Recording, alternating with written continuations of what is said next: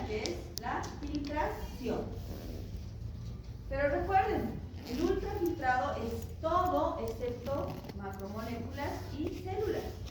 Por lo tanto, estamos como que perdiendo agua. ¿Qué necesitamos hacer? Reabsorber agua, electrolitos, lo que nosotros vayamos a necesitar.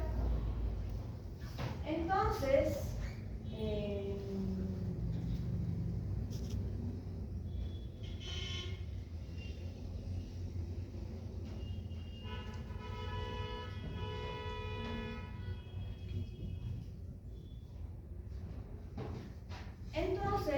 resulta que lo que nosotros tenemos que hacer es reabsorber, y en función de la composición de la orina vamos a ir secretando y reabsorbiendo elementos.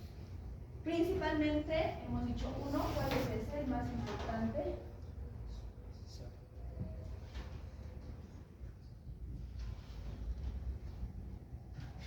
¿Cuál es el primer elemento que se reabsorbe en la primera posición? El agua. Pero para que se reabsorba agua, hemos dicho, tiene que reabsorberse otro elemento. La sal.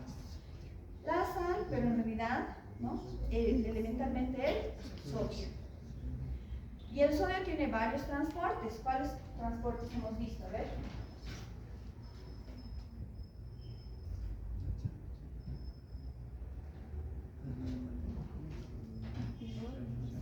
El cotransporte con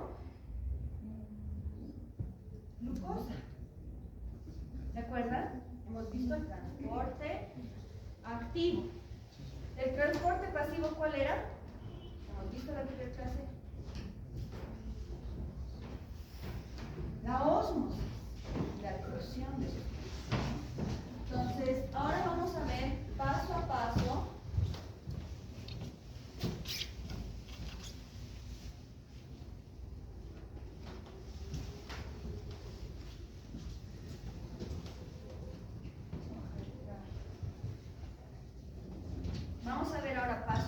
cómo es que cada uno de los segmentos cumple una función diferente. Entonces, anatomía del sistema tubular. Primero está el túbulo contorneado proximal. Luego viene el asa de Henle. Y luego el túbulo contorneado distal. Y finalmente el túbulo colector. ¿Ya? Esa es la anatomía básica que tenemos.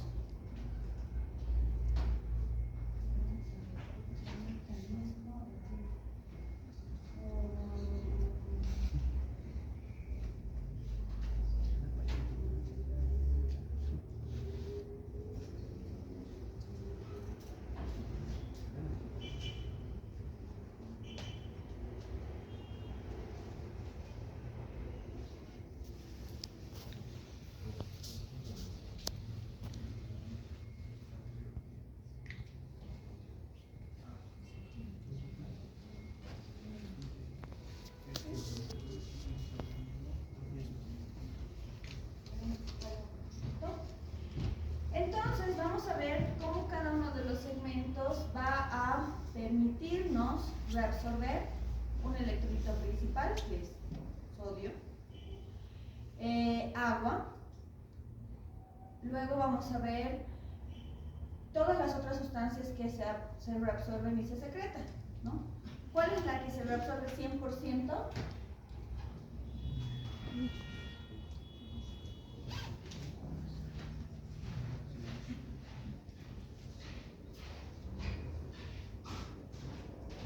¿Cuál es la que se reabsorbe 100% y no hay en la orina? La alúmina es una proteína que normalmente no está en la orina. Creatinina. ¿Cuál se reabsorbe en 100%? Se reabsorbe todo. Se filtra todo y se reabsorbe todo. Acuérdense muchachos. La forma de reabsorción.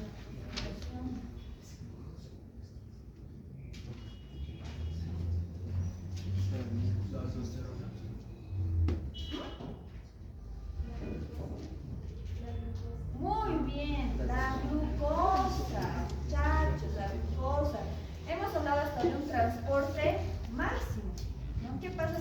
hablamos del transporte máximo. ¿Cuánto es el transporte máximo?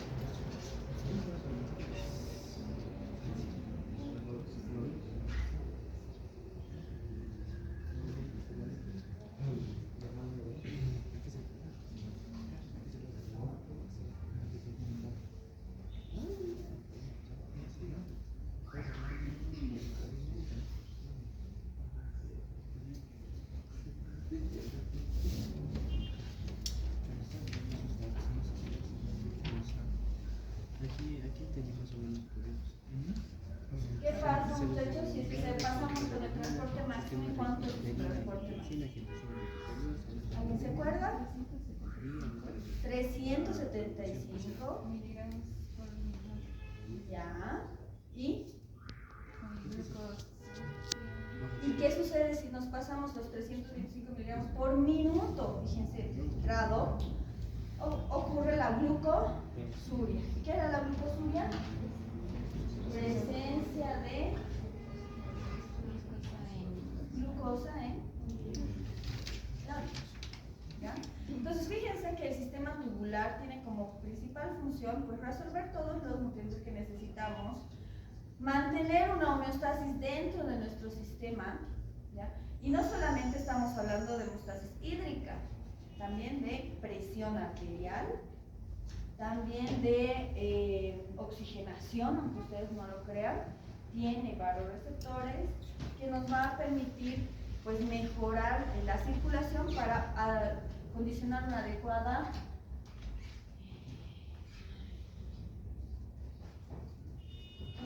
oxigenación.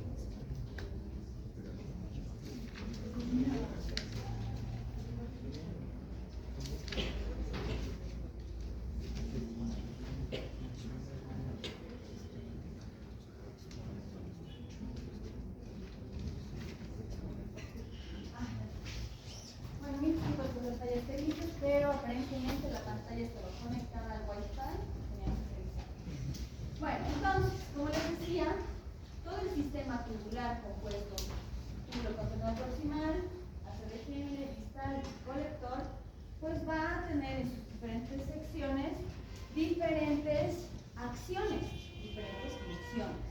¿Ya? Por ejemplo, este es el porcentaje de reabsorción de sodio que tiene a lo largo de todo el sistema tubular el sodio. La mayor parte se reabsorbe en el túbulo contenedor proximal, el 67%. Fíjense que en el asa delgada no se reabsorbe, sino directamente en la porción gruesa del asa de Henle, ¿no? La porción gruesa ascendente. Ahí tenemos otra gran cantidad de sodio que se reabsorbe, que es el 25%. En el túbulo contorneo distal un 5% y fíjense en el túbulo colector un 3%. Dándonos como tasa de excreción menos del 1%, que es lo que les decía. Nosotros reabsorbemos más del 99% de agua y electrolitos. Por lo tanto,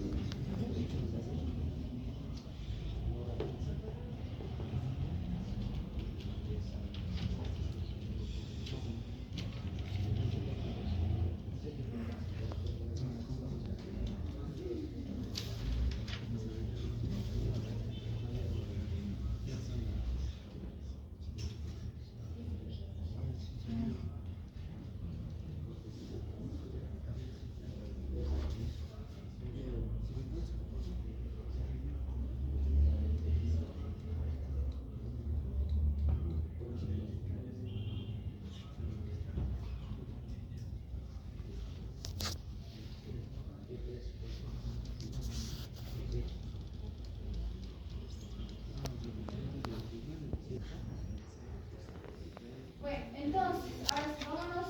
Túbulo contorneado proximal. El túbulo contorneado proximal, como hemos visto, tiene dos segmentos: un segmento inicial, C1, y un segmento final, ¿no? Y C2. Cada uno de estos segmentos, como ustedes pueden ver, histológicamente, tienen células que son entrecúbicas, ¿no? Amplias, con un borde en cepillo. Fíjense que el borde en cepillo está a nivel de la luz del túbulo. Y el componente o el lado basal es el que va a estar al lado de las arteriolas y de lo que es los capilares peritubulares. Entonces, ¿cuál es la función del túbulo proximal? Precisamente es reabsorber la mayor cantidad de sodio y agua. Más del 65% de sodio y agua reabsorbido en la primera sección del túbulo contorneado proximal. Para eso necesitamos reabsorber sodio. ¿Cómo reabsorbemos sodio? Con los cotransportadores sodio-glucosa, sodio-aminoácidos, que nos va a permitir el ingreso de sodio hacia la célula. Entonces, fíjense, tenemos, este es el lumen, este es el cotransportador sodio con glucosa, aminoácidos, fosfatos y lactatos. También tenemos la bomba de sodio e hidrogeniones, por lo tanto, también es crucial para el control ácido-base, ¿ya? Para los mecanismos de control ácido-base. ¿Y cuál es el principal mecanismo, fíjense, para reabsorber sodio? Es la bomba de sodio ATPase. Ingresa 3 sodios o hacia la sangre capilar y devuelve hacia la célula 2 potasio. Entonces, con eso lo que estamos haciendo es reabsorber la mayor cantidad de sodio. Por ende, el agua va a ser reabsorbida por ósmosis. Recuerden que es un movimiento pasivo, un transporte pasivo. Se dice que el medio en el que se encuentra a este nivel la formación de la orina es isoosmótico. ¿Y eso por qué? Porque mantiene los 300 miliosmoles que aproximadamente se tiene a nivel del torrente sanguíneo, ¿ya? Es decir, que la misma cantidad de sodio, la misma cantidad de agua se está reabsorbiendo. Por lo tanto, no hay una concentración aquí de la orina, ¿ya? No hay una concentración de iones, se está reabsorbiendo sodio, se está reabsorbiendo glucosa, de hecho la glucosa en gran cantidad, y los aminoácidos, ya que en el túbulo contorneado proximal, como ustedes bien saben, se reabsorbe el 100% de glucosa y aminoácidos, es decir, que en el resto del sistema tubular no lo vamos a encontrar. Y ahora vamos a ver acerca de la secreción. ¿Qué es lo que se va a secretar? Normalmente se secretan ácidos y bases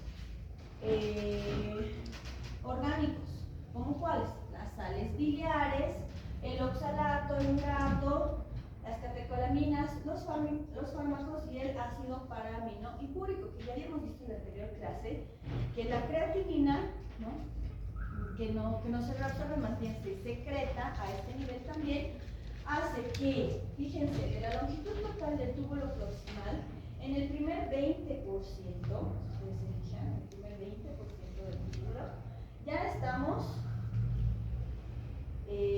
reabsorbiendo bicarbonato. Fíjense la glucosa.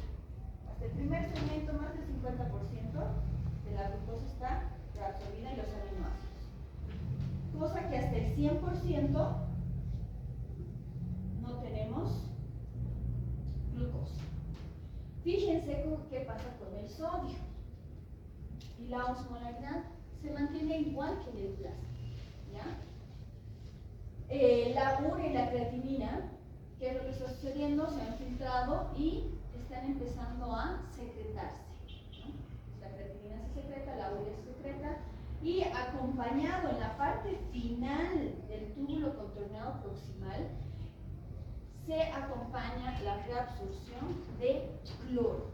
Entonces, en el segmento 2, la parte final del túbulo contorneado proximal, vamos a tener que el sodio también se va a cotransportar con cloro, ¿no? Al principio hemos visto que era con glucosa, aminoácidos, pero ya al final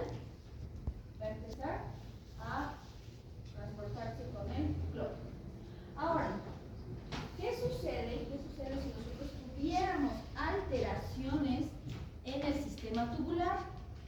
Fíjense, si no podemos controlar hidrogeniones y bicarbonato, podemos tener una acidosis tubular renal, porque vamos a tener un defecto en la excreción de los hidrogeniones. ¿Ya? Ustedes saben que si no podemos usar el cotransportador sodio-hidrogeniones, no vamos a poder eliminar hidrogeniones, y los hidrogeniones son los que dan el pH ácido a la sangre, ¿no? Entonces, eso se traduce en una acidosis metabólica. Entonces, fíjense qué importante, así como el glomérulo tiene sus alteraciones en cuanto a la filtración glomerular, el túbulo, de hecho, es el que puede causar alteraciones mucho más complicadas, ¿no? Como la acidosis metabólica. Otro es el síndrome de Fanconi, donde nosotros vamos a tener un defecto en la reabsorción, pero no solamente de sodio, sino de varios otros solutos en este túbulo contorneado proximal. Por lo tanto, fíjense, si no podemos reabsorber sodio, no vamos a poder reabsorber glucosa. Entonces vamos a tener ni tampoco aminoácidos ni fosfatos, y estos van a aparecer en la orina, ¿ya? Entonces no necesariamente la presencia de glucosa en la orina puede estar debido al que sobrepasamos el transporte máximo, sino también en un daño tubular como lo que es la enfermedad de Fanconi o síndrome de Fanconi.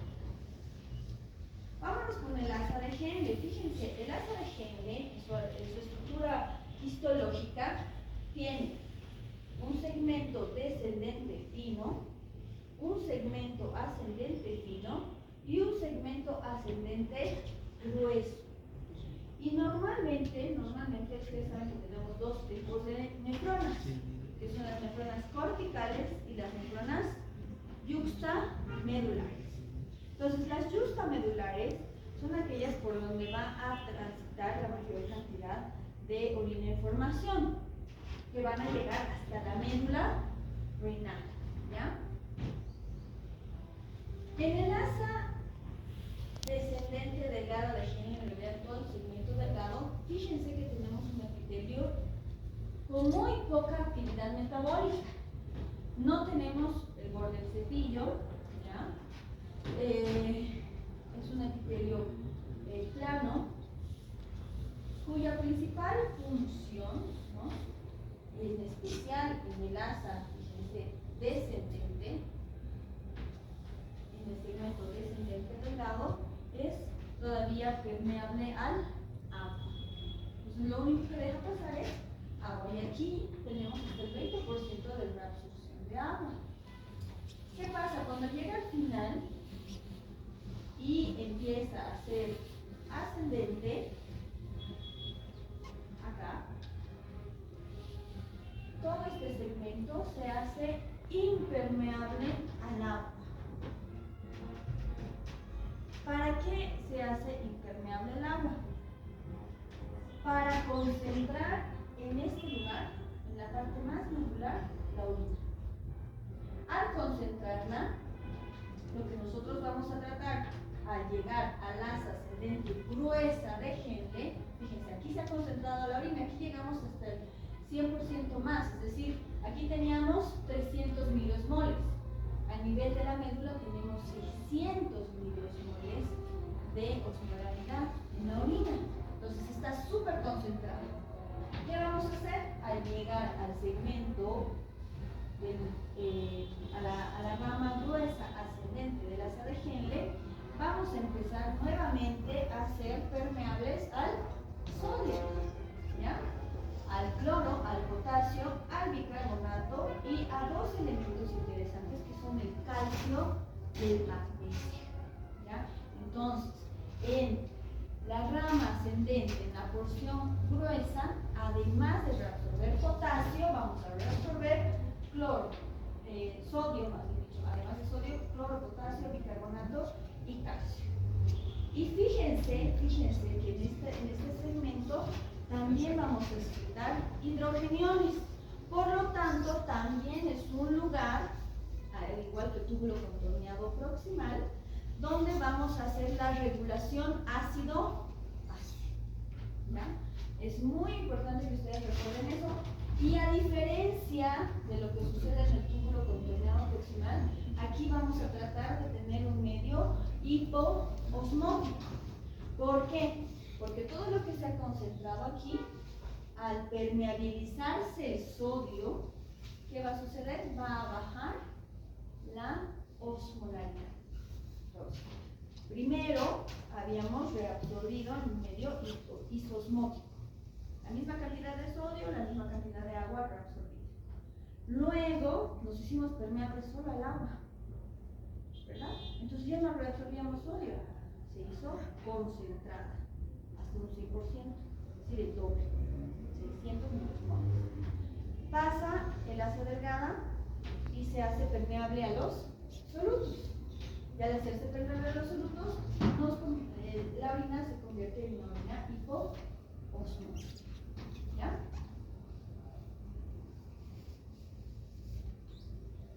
Fíjense, esto es lo que sucede en la célula como tal.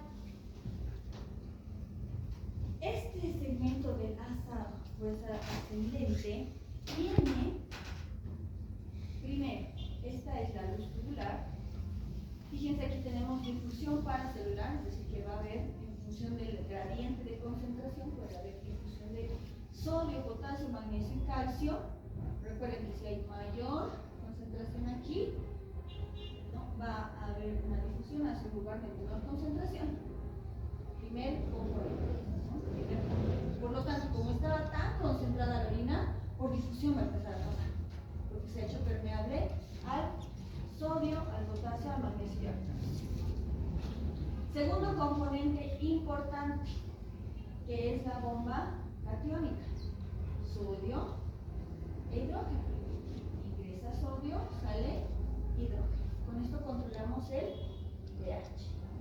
Segundo componente del segmento de la sangre.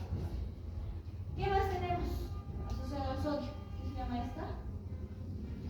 La bomba sodio, potasio, entonces la bomba es el componente crucial que en este lugar, en este segmento de la asa gruesa, está donde en la membrana paravasal, ¿no?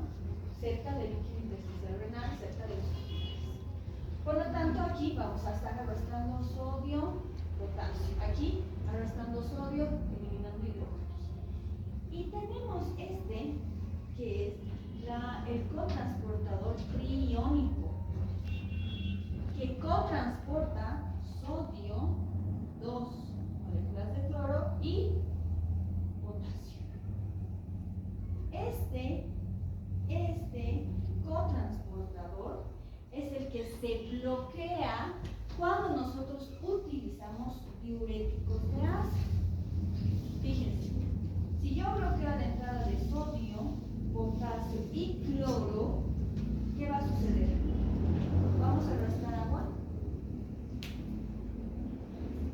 Por lo tanto, el diurético va a funcionar. Y al funcionar, vamos a eliminar la mayor cantidad de agua posible. ¿Cuáles son entonces los diuréticos de asa? ¿Y por qué se llaman diuréticos de asa? Porque actúan en el segmento del asa de Henle, en el segmento grueso de la asa de Henle, ascendente. ¿Ya? Son la furosemida, la bumetanida y el ácido etacrílico. ¿Ya? ¿Cuál es la más utilizada? La furosemida. ¿Ya? ¿Cuál es su mecanismo de acción? Bloquear la bomba o el cotransportador triiónico, ¿no? Entonces, bloqueamos sodio y les he dicho cuál es el elemento osmóticamente activo más importante. Entonces, como bloqueamos el sodio, ya no entra cloro, no entra potasio, por lo tanto el agua por osmosis ya no se va a utilizar dentro del sistema, ¿no? Fíjense que tenemos también difusión de cloro y potasio hacia ambos lados, ¿no? Entonces, estos son moléculas de transporte pasivo, ¿no? Que nos van a permitir, en la membrana, nos van a permitir el paso de cloro, potasio fuera de la célula, porque imagínense, si nosotros no tenemos estas vías de escape, la célula puede morir, ¿no? Porque tendríamos una descompensación de todo lo que es el medio interno. Ahora, ¿qué sucede si nosotros tenemos alteraciones en estos segmentos? Existe una condición denominada la nefritis tubulointersticial, donde todo este sistema tubular se inflama, ¿ya? Esta inflamación puede ser aguda o crónica y puede ser causada por infecciones, ¿ya? Entonces, cuando existe una infección urinaria baja, esta puede ascender y pasar a ser una nefritis, ¿no? Y si esta nefritis se va al sistema tubular, se denomina nefritis tubulointersticial. Pero si afecta a toda la nefrona, se llama glomerulonefritis, ¿ya? También puede estar causada por algunos fármacos o enfermedades sistémicas. Y fíjense que también podemos tener una disfunción tubular en la concentración de la orina. Recuerden que para dentro de la médula necesitamos concentrar orina. Entonces, si por alguna razón se daña el sistema tubular, no vamos a poder concentrarla. Y al no poder concentrarla, vamos a tener poliuria. Entonces, otros términos importantes que ustedes tienen que conocer es la oliguria, que me imagino que ya lo han visto cuando han visto glomérulo. Cuando no hay filtración, no hay buena cantidad de orina. Por lo tanto, se produce la oliguria o la anuria. En el peor de los casos, cuando la enfermedad renal crónica ya es terminal, se produce la anuria, es decir, que no hay orina, no hay filtración. Y luego está por el otro lado, fíjense, si se alteran los túbulos, no vamos a poder controlar, se filtra todo y va a haber lo contrario, que se denomina poliuria, ¿no? Y si necesitamos usar fármacos, podemos utilizar diuréticos de asa como la furosemida, que ya sabemos dónde actúa, ¿no? Vámonos con el túbulo contorneado distal. Hasta ahorita hemos visto que todo esto se está dando simplemente por el paso de sodio y por mecanismos de cotransporte del sodio. Prácticamente el sodio estaría aquí, hasta ahora. Sin embargo, en el túbulo contorneado distal tenemos, además, ¿no?, de nuestro epitelio tubular, con también el borde en cepillo, tenemos células específicas, tenemos especialización de células, ¿ya? Vamos a tener, en primer lugar, la formación de la mácula densa. Histológicamente ustedes conocen la mácula densa, que está entre la arteriola aferente y eferente, ¿no? Y ahí el túbulo contorneado distal, la parte más cercana hacia la arteria aferente y aferente del glomérulo, pues la que va a generar cambios en la presión y va a activar un sistema que es el sistema renina, angiotensina, aldosterona, ¿ya? Fundamental. ¿Por qué? Porque aquí las arteriolas, ¿qué tienen? Tienen presión arterial. ¿Qué más tienen? Concentración de oxígeno. Por lo tanto, a este nivel, el túbulo contorneado, además de producir la renina, produce otra sustancia que se llama la eritropoyetina. Entonces, si no hay buena oxigenación, la eritropoyetina se va a activar y va a ir a producir eritropoyesis. ¿Estamos? Entonces, al margen de eso, fíjense, el túbulo contorneado distal, por lo tanto, tiene muchas funciones, ¿no? Ya hemos visto dos. Otra de las funciones es controlar la osmolaridad del plasma y de la orina. Esa es la tercera función, controlar la osmolaridad. Para eso va a estar asociado, como ustedes van a ver un poco más adelante, a lo que es la hormona antidiurética. Primero, estas son las células tubulares del túbulo contorneado distal. Fíjense que en el anterior segmento teníamos menos 80 milivoltios, ahora tenemos menos 10. ¿Y eso a qué se debía? A que la orina ha pasado a ser hipoosmótica. ¿Se acuerdan de la hiperosmótica?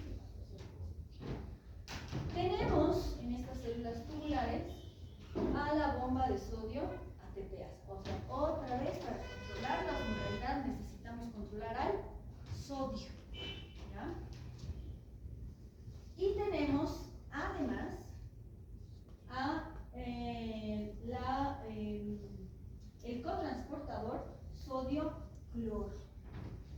Fíjense, el cotransportador sodio-cloro que nos va a permitir compensar la salida de sodio hacia el líquido intersticial. Ingresamos sodio, ingresamos cloro y tenemos pues una molécula, ¿no?, de transporte pasivo por difusión donde va a pasar el cloro. Por lo tanto, en esta primera parte del túbulo contorneal distal vamos a tener reabsorción de sodio, cloro, calcio y magnesio. ¿Ya? Y aquí es donde van a actuar en este cotransportador sodio-cloro los diuréticos diacídicos.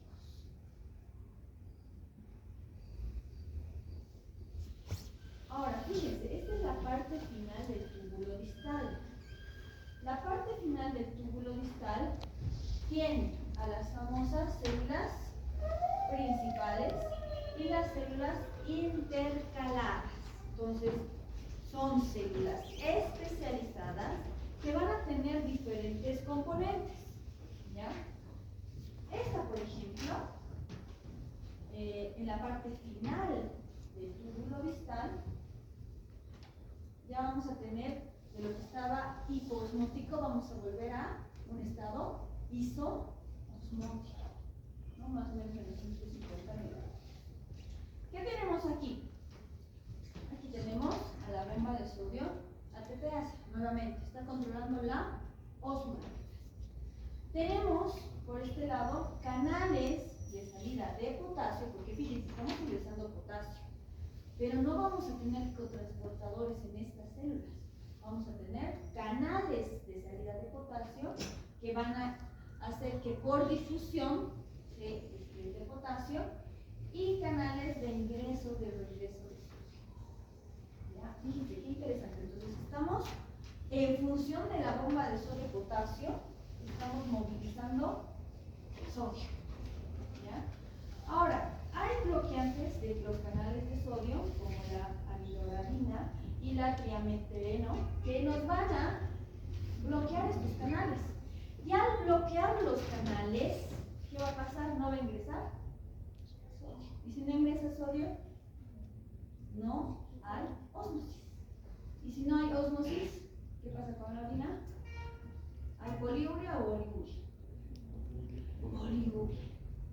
Vamos a utilizar ya. Estos son diuréticos de los que bloquean los canales de sodio. Y hay otros que son los antagonistas de la aldosterona. Estas nuestras células principales van a ser susceptibles de una hormona que se denomina la aldosterona, que viene del sistema renina, angiotensina, aldosterona. ¿Ya? Como estos van a bloquear la acción de la aldosterona, por lo tanto van a evitar que se reabsorba. ¿Ya? Estos son la espironolactona y la esteroidina.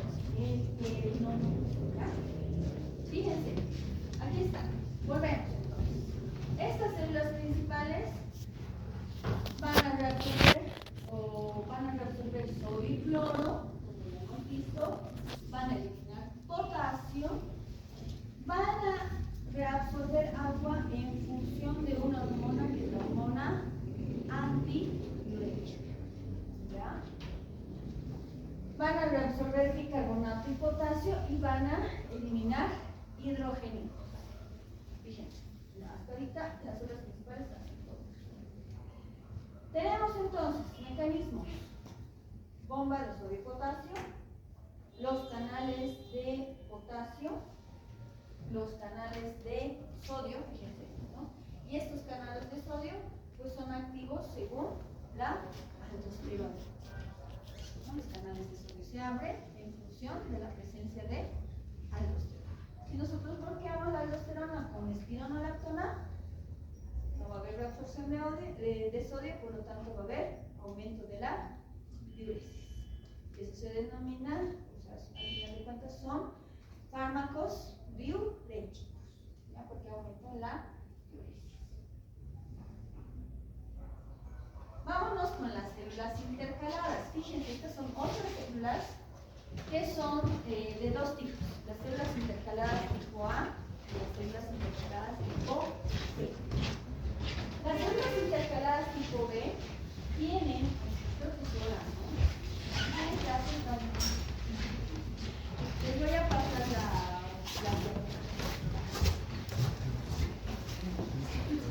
ya vamos a acabar. Entonces, como les decía, las intercaladas tipo A van a tener una bomba de protiniones en el segmento apical y una bomba de cationes, pero hidrógeno potasio. Entonces, ¿qué es lo que van a regular las intercaladas? Principalmente el pH. Entonces, regulan el equilibrio ácido-base. Tienen también un canal de cloro, que nos va a permitir externar cloro, porque imagínense, muchos hidrógenos tenemos que compensar con cloro negativo. Tenemos además, fíjense, ¿qué sistema se denomina? Cuando convertimos dióxido de carbono en bicarbonato más hidrógeno, el sistema de la anhidasa carbónica. Entonces, en las intercaladas tipo A tenemos el sistema de anhidasa carbónica, que fíjense, a partir del dióxido de carbono en la sangre más agua, vamos a tener bicarbonato. Hidrogeneros por un lado, bicarbonato por este lado, y vamos a tener control de la cantidad de bicarbonato que vamos a tener en la sangre. Por lo tanto, estamos regulando el pH, el equilibrio ácido-base. Y de igual manera, tenemos una salida de potasios a través de un canal, ¿ya? De una molécula de canal en la membrana. Similar las células intercaladas tipo B, pero ¿cuál es la diferencia? Fíjense, aquí estábamos botando hidrogeniones, la orina era más ácida, ¿no? Pero las células intercaladas tipo B, en función de los receptores de pH, va a agarrar y va a decir, bueno, pues necesitamos también eliminar el bicarbonato. Entonces, las células intercaladas tipo B van a tener un antitransporte de bicarbonato y cloro. ¿Se acuerdan? Estamos sacando cloro. Va a volver a entrar el cloro, pero va a sacar bicarbonato. ¿Y con eso qué hemos hecho? Hemos regulado el pH. ¿Ya? Va a reingresar cloro otra vez, o sea, ha salido el cloro, ha intercambiado con bicarbonato y va a volver a ingresar hacia la sangre. Tenemos igual el sistema de la anhidasa carbónica, que nos está convirtiendo dióxido de carbono más agua en bicarbonato, pero en este caso el bicarbonato está saliendo a la luz del tubo. Y los hidrogeniones, fíjense, por una bomba igual catiónica de hidrógenos y potasios, está intercambiando para ingresar al torrente sanguíneo, y una bomba de hidrógenos. Y con eso hemos regulado el sistema ácido-base, fundamental, ¿no? Entonces, las células intercaladas tienen la función del equilibrio ácido-base, en función de eliminación de hidrogeniones, cloro, intercambio con bicarbonato y todo lo que es el sistema de la anhidasa carbónica. Fíjense qué importantes son estas células del tejido contorno distal, porque sin estas dos células tendríamos acidosis metabólica. Y bueno, para terminar, el túbulo colector. El túbulo colector, que fíjense, va de esta parte de la médula hacia adentro, porque tiene gran parte. Ustedes saben que en la anatomía histológica, el conducto colector va a colectar además de varias nefronas, ¿no? y estos van a migrar hacia la médula para llegar a los cálices, ¿verdad? Se van construyendo varios. Resulta que en este último segmento seguimos reabsorbiendo agua, pero esta agua está controlada por la hormona antidiurética. Sí, nosotros tenemos osmoreceptores cerebrales que nos van a decir cuánto de osmolaridad plasmática hay a nivel cerebral, y en función de eso se va a secretar la hormona antidiurética o no. ¿Ya? Si por alguna razón estamos con una osmolaridad plasmática elevada, es decir, estemos deshidratados, no estamos tomando líquido, se va a concentrar el plasma. ¿Qué va a hacer? Se va a activar la antidiurética y va a reabsorber agua. Al reabsorber agua va a haber más o menos menos, ¿verdad? Entonces vamos a tener menos cantidad de orina, por lo tanto una oliguria en función de la osmolaridad plasmática. Y eso lo va a hacer. Eso lo va a hacer en función de reabsorber sodio y cloro, nuevamente, el sodio en todos lados. ¿Qué más podemos reabsorber? Urea. Bicarbonato, vamos a, para lo que es el mecanismo de control ácido base, lo vamos a secretar, y los hidrogeniones, más bien dicho, vamos a secretar hidrogeniones, vamos a reabsorber bicarbonato. Entonces estamos reabsorbiendo todo esto y eliminando hidrogeniones, por lo tanto el cual trabaja y tiene cierto control, no tanto como el túbulo contorneado distal que tiene el control total, ¿no?, del equilibrio ácido-base, pero ayuda a mantener ciertos niveles de hidrogeniones y bicarbonato a nivel final, ¿no?, cuando ya la orina prácticamente está conformada. En resumen, entonces, fíjense, todos estos son los elementos que se filtran al punto cero. Aquí están saliendo del globo hacia el sistema tubular. En el túbulo proximal, fíjense quiénes se van, toditos, reabsorbidos. Glucosa, proteína y aminoácidos. En el túbulo proximal, el 100% se ha reabsorbido, excepto en algunos casos que fíjense el bicarbonato. El bicarbonato también se va a reabsorber en más del 50% en el túbulo proximal.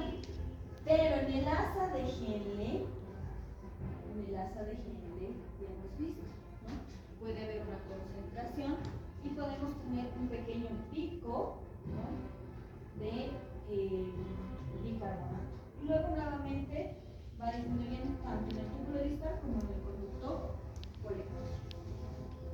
¿Qué pasa con sodio, cloro y potasio? Los tres van de la mano, el cloro un poquito más al final del túbulo proximal. En el asa de Henle se elevan. ¿Por qué se elevan? Porque hay en el asa delgada, muchachos, solo se lo absorbe agua. Entonces, a la mitad del asa de Henle se han elevado cloro, sodio y potasio. Luego se hace súper permeable al sodio, por ende el potasio y el cloro, y disminuyen al final del asa de Henle, ¿no?, en la rama gruesa ascendente. Y luego, nuevamente en el túbulo distal, vamos a encontrar una elevación del sodio, el cloro y principalmente el potasio, que hemos visto que se moviliza bastante para controlar el equilibrio ácido-base.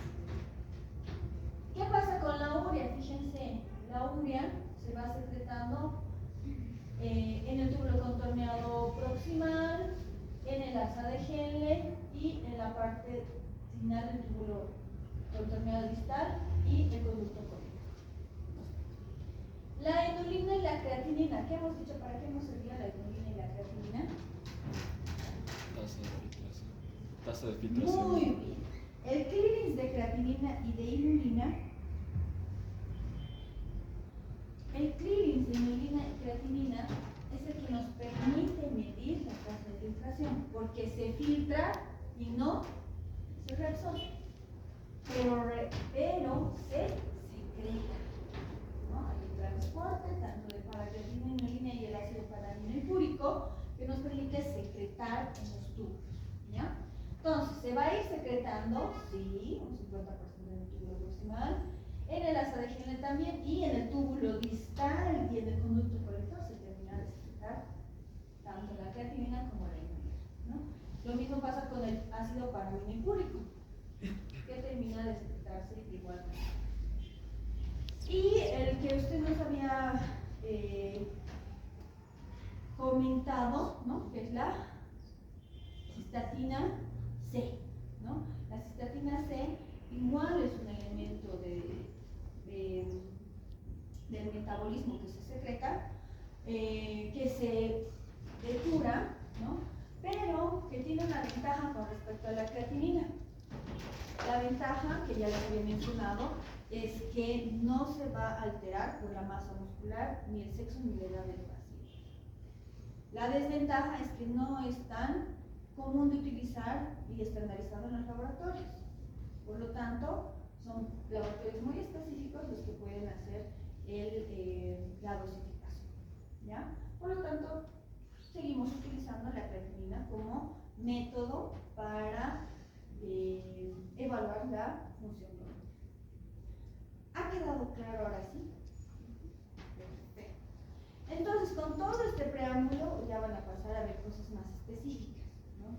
Del sodio, del potasio, pero usted ya tiene una gran idea de cómo es que sucede todo este mecanismo de reabsorción y secreción de las sustancias y para qué nos sirve. Nos sirve para cosas importantes. ¿Cuáles son? Control de la presión arterial. Control de la osmolaridad. Y tercero, control del equilibrio ácido-base. Y hasta de la oxigenación si hablamos de la electropoyetina. Qué importantes son nuestros límites, ¿no?